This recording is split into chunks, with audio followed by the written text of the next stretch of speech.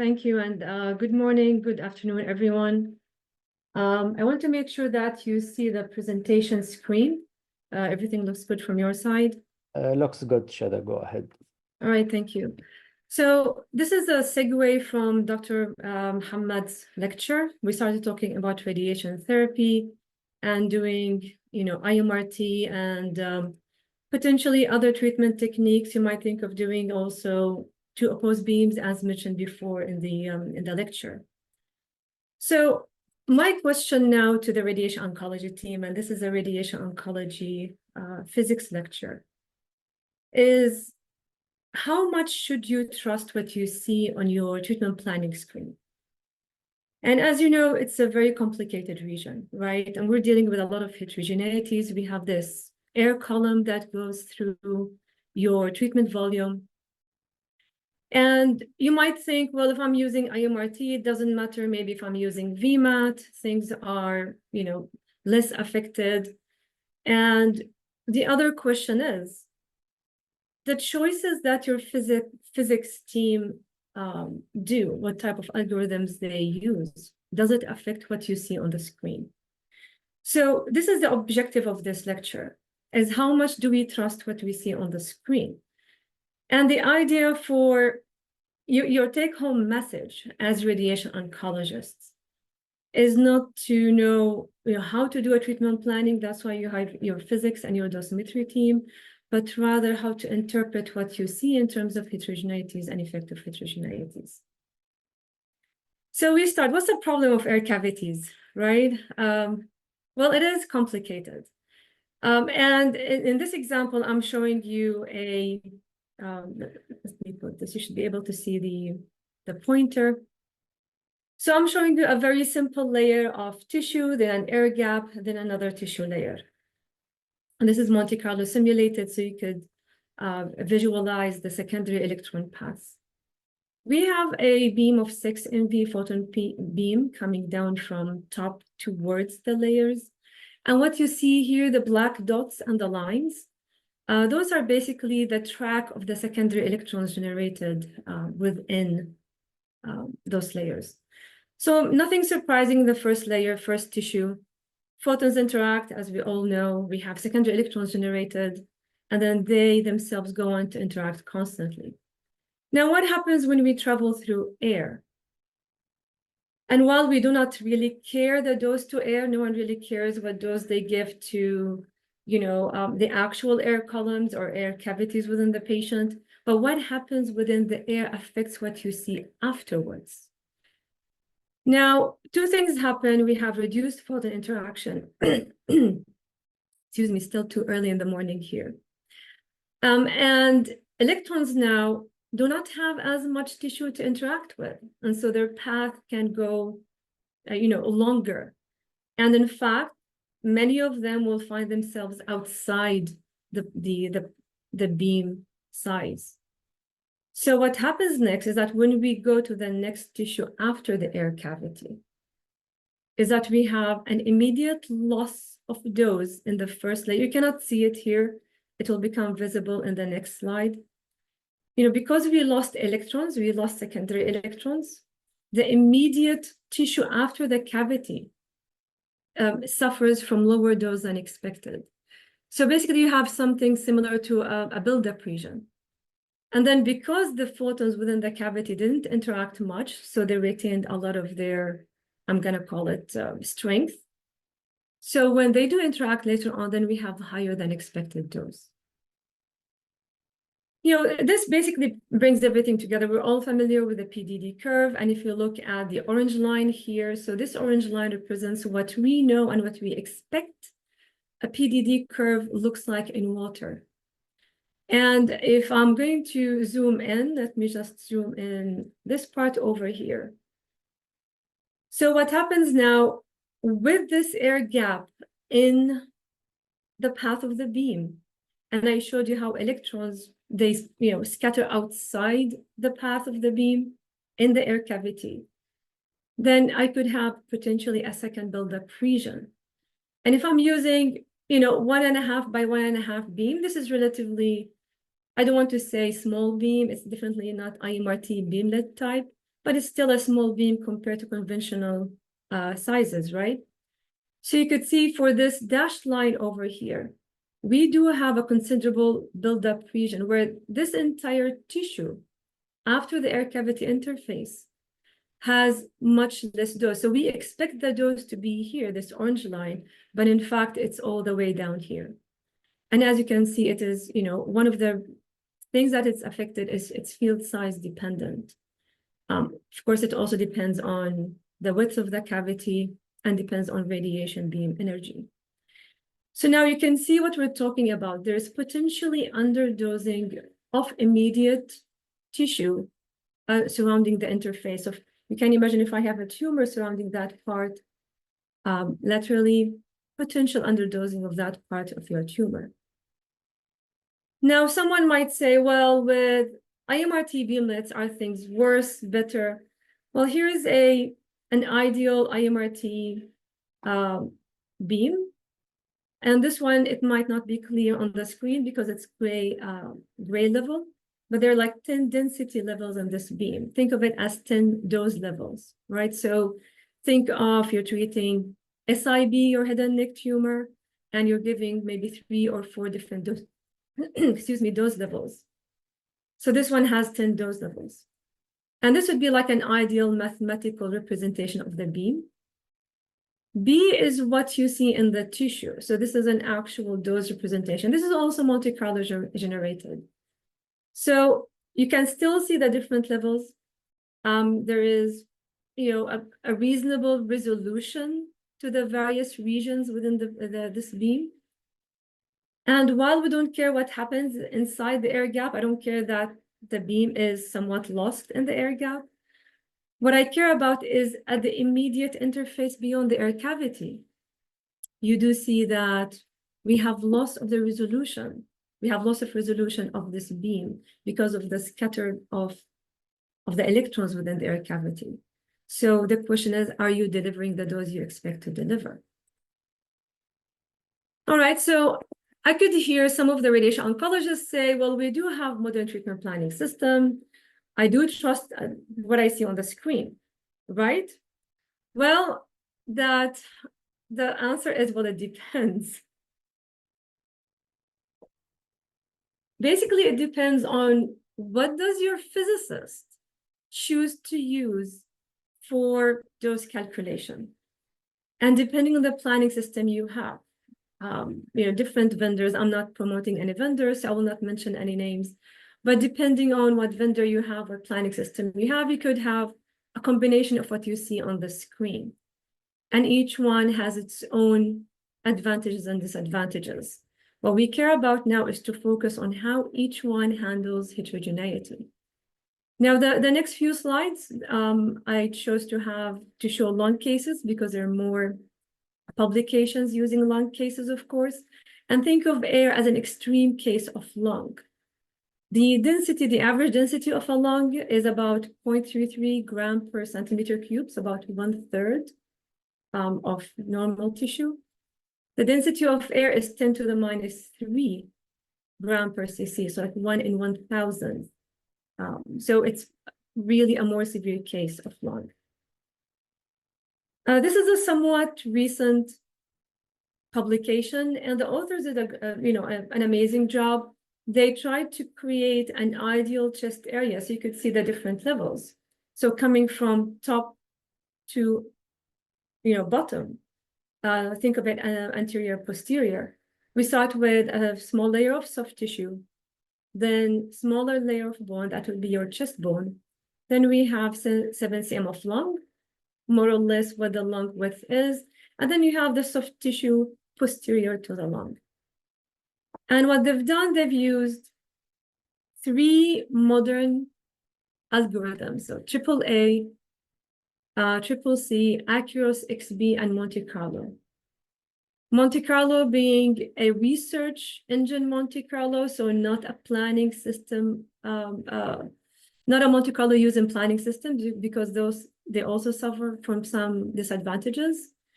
And, I think at least you've heard of one of these algorithms in your clinic. So AAA, CCC, and Accurus XB compared to Monte Carlo. And the question is, do you think these three modern algorithms can handle this, simple, ideal chest case scenario? And again, think of air as an extreme scenario of lung. Let's see what happens. So now we're comparing, I'm using Monte Carlo as my baseline, and then everything I compare to the predicted dose to Monte Carlo. And we're starting here with, not a very small beam, but it's small nonetheless. It's 2.5 by 2.5 cm. So maybe something of the order that you could see in parallel opposed beam. Maybe you'd see like a 5 cm by 5, 5 times 5. If it's parallel opposed, you're talking about small, stage 1 tumor that you're treating. If I'm using Accurus XB, then I do expect to be almost the same as Monte Carlo. So the percentage error, we have let's put it this way, I have less than 1% in error between the dose predicted between Monte Carlo and Accurus XB. So this is really good. Hold on, what is mine? I lost my mouse, hold on. All right, so going now to AAA. You could see that AAA, surprisingly with this not so complicated geometry, it can only give you good prediction at the first tissue layer, right? The one that is before any other heterogeneity come into account. But then we have really more than 3% differences between its calculation and that of Monte Carlo in the bone region, the lung, and even in the tissue, the normal tissue after the lung and the bone. And that's really surprising because you'd think that it should be able to handle the tissue pretty well, tissue being water equivalent. However, AAA really loses its grip once it faces the first heterogeneity.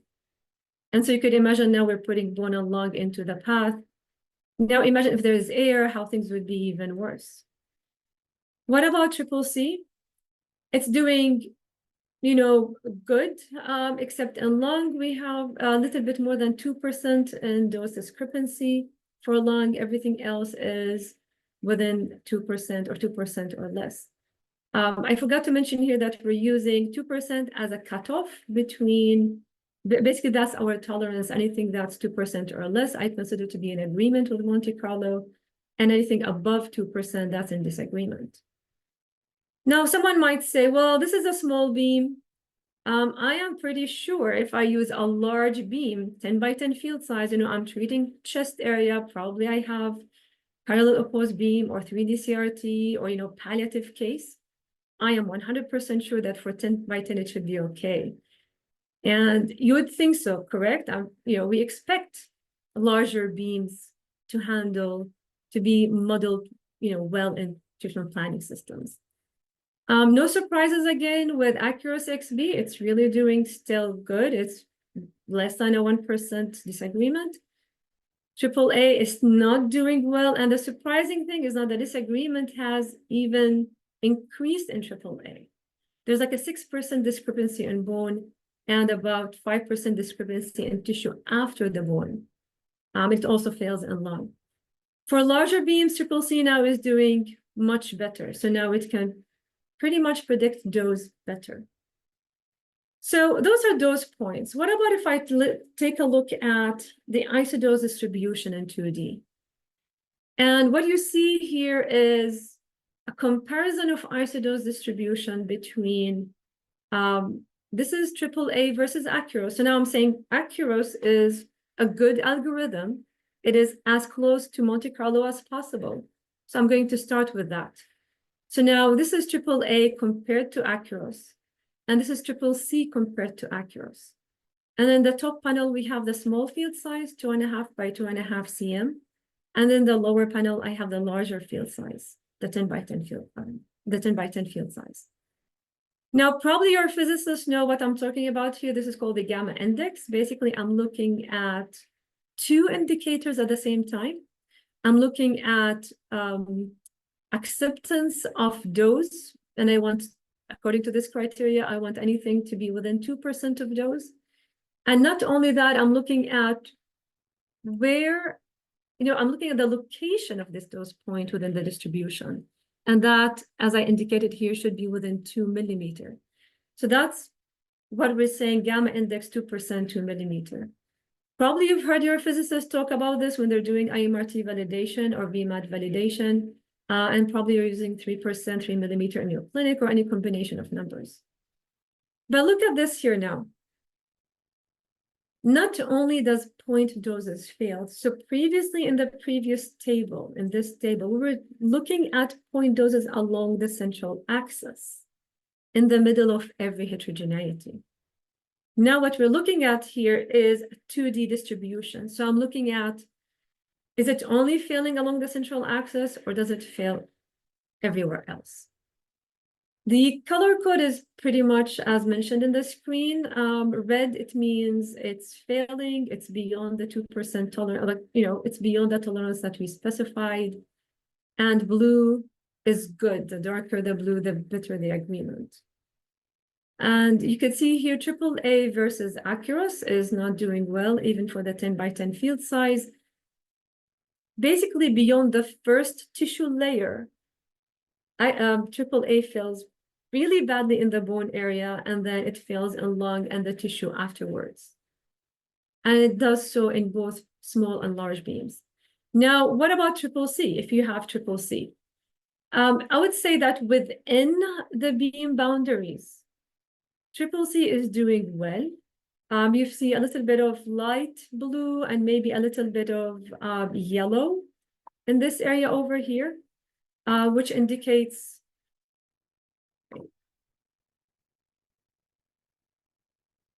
so you could see a little bit of the white or the yellow, I should say, right in this area. So that's where we saw the slight discrepancy. Other than that, within the beam itself, CCC is doing well.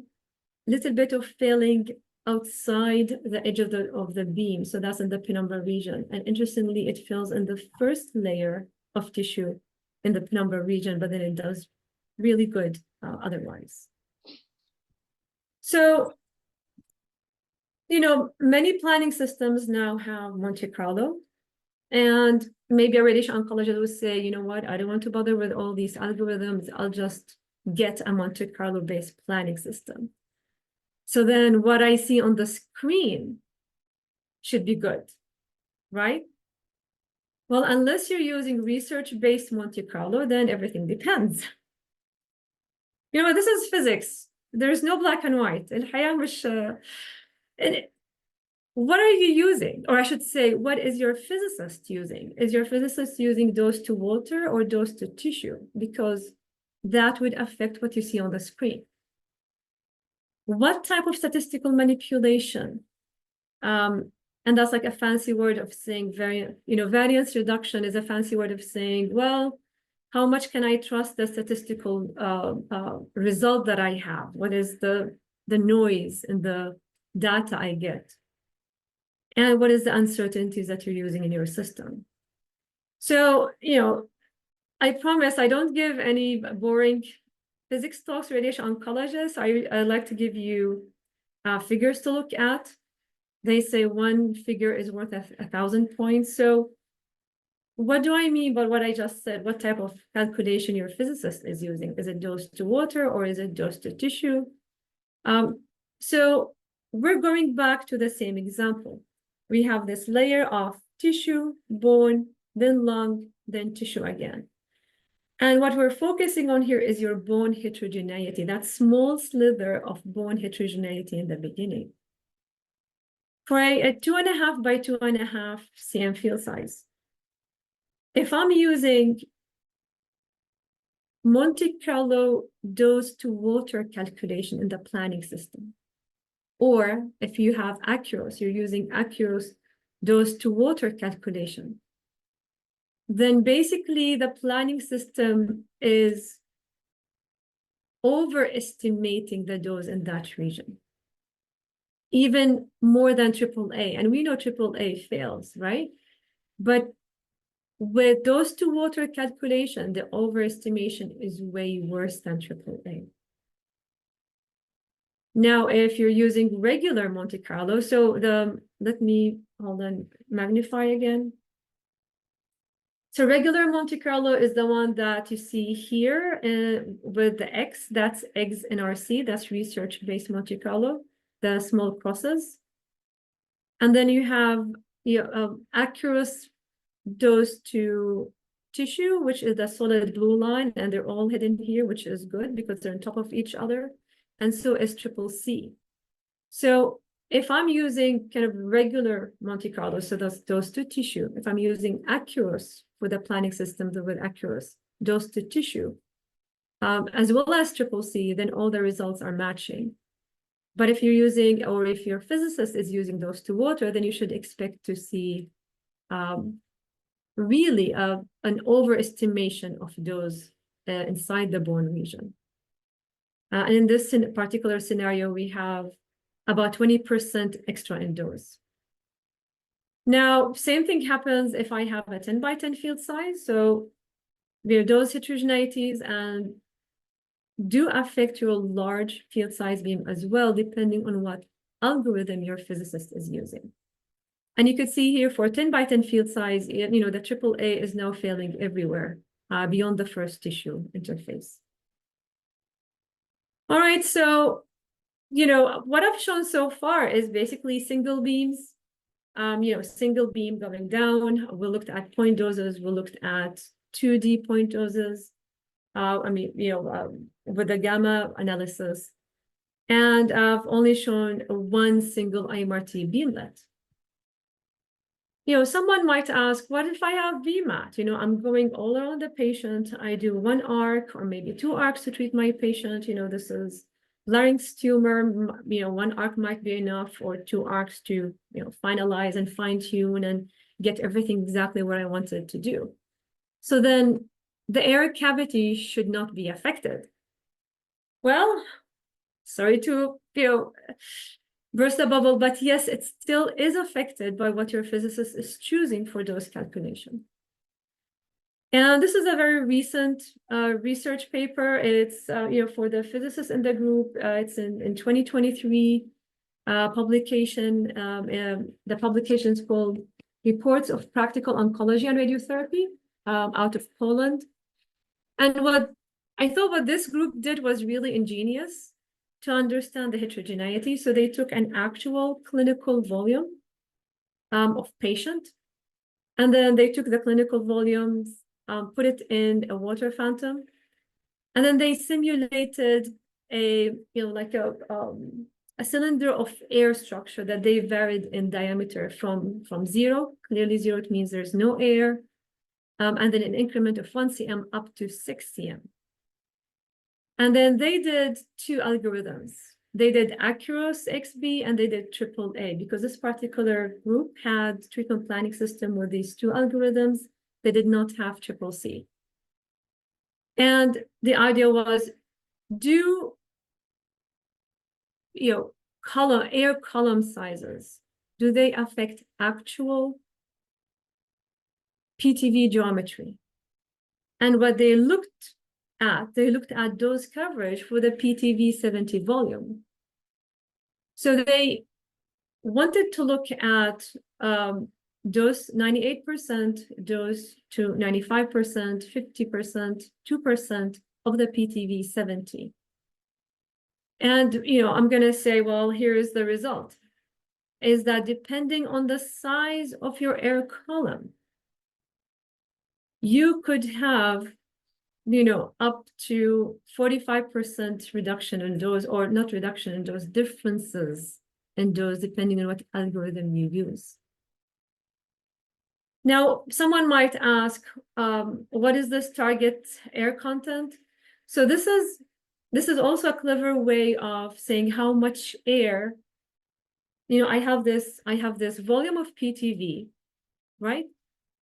And with this volume of PTV, what is the ratio of air that transverses through this PTV structure compared to the PTV volume? So basically, target air content is the percentage of the volume of air divided by the total volume of PTV. And clearly, the larger the air cavity, the more differences in dose. And if I'm going to say accuracy XB is closer to Monte Carlo, as we just showed you and we established, then when I say I have a 40% reduction, it means that AAA fails to predict the lower doses around your PTV, that's surrounding the air cavity. Now, the question comes in clinically, what is the ratio of air to the PTV volume in head and neck treatment? If we're talking about larynx, which is the objective of this course, there is about 17% air within the region that you irradiate. So for larynx, expect to have a 17% target air content. And for 17%, we have about 8% reduction in dose between Acurus and AAA. If you're using CCC, you should be closer to what the Acurus is giving you, but not there. As you've seen, we still do have discrepancy even with CCC. Now, if we're talking about nasopharyngeal carcinomas, then the air content is 28%. And so we're talking about, so this is close to 28%, like about 15% reduction. So for those who are using AAA to treat any head and neck disease with VMAT, just keep in the back of your mind that the PTV area that is in contact or abutting the air cavity is getting less than what you see on the screen. And this is really an excellent, very recent article. And for the physicists in the group, if you can go in and look it up and know exactly what your planning system is doing, that would be really good. So as I promised, I always keep things short for the radiation oncologists. And here's what I want. As a physicist, what do I want from my radiation oncologist? Two things, basically. Take-home message. When you interpret a plan to see do you like it or not, know what algorithms your physicists are using. Usually, one algorithm is commissioned in your planning system. But you might have up to 2 algorithms commissioned. No one in their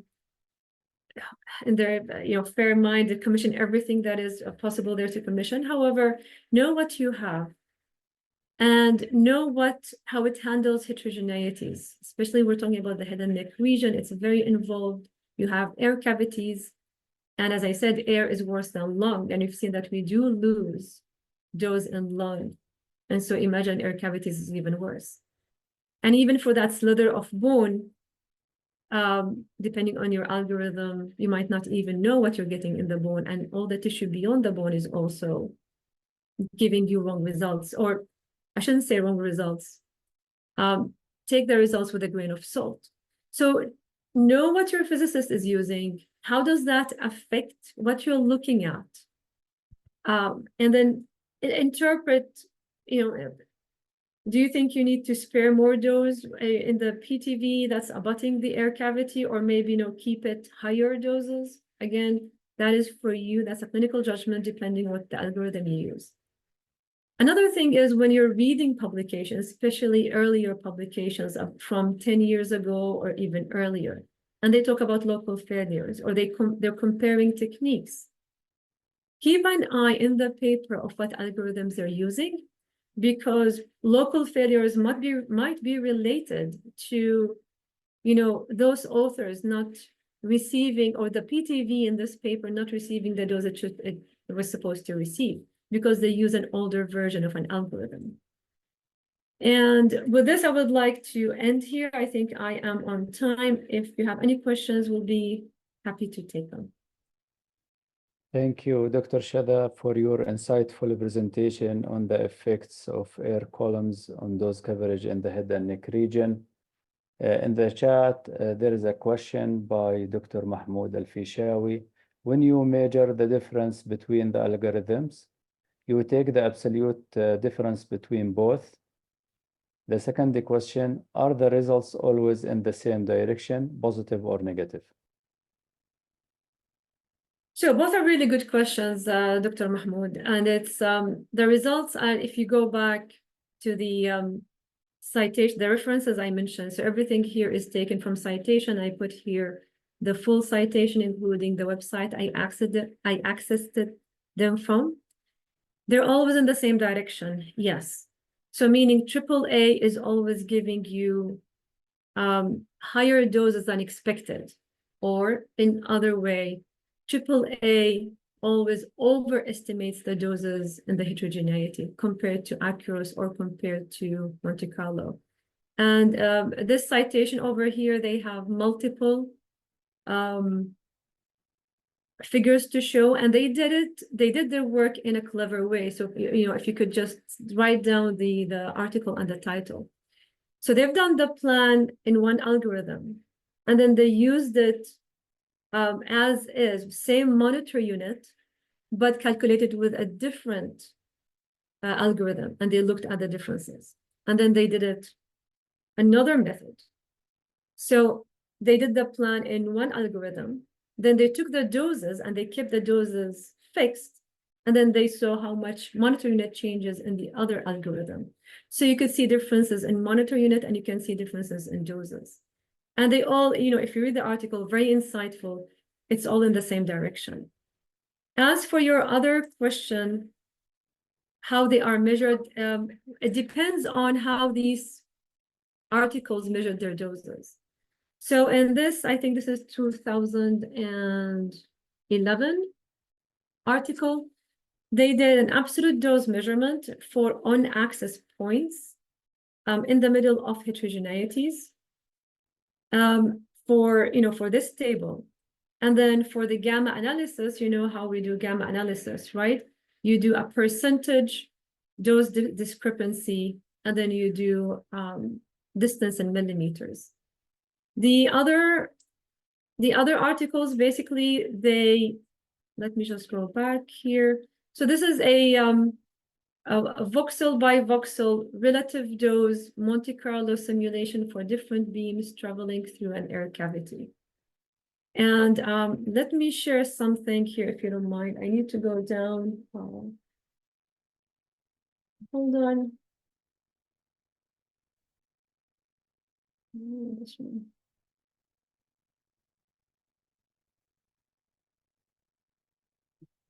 Wait.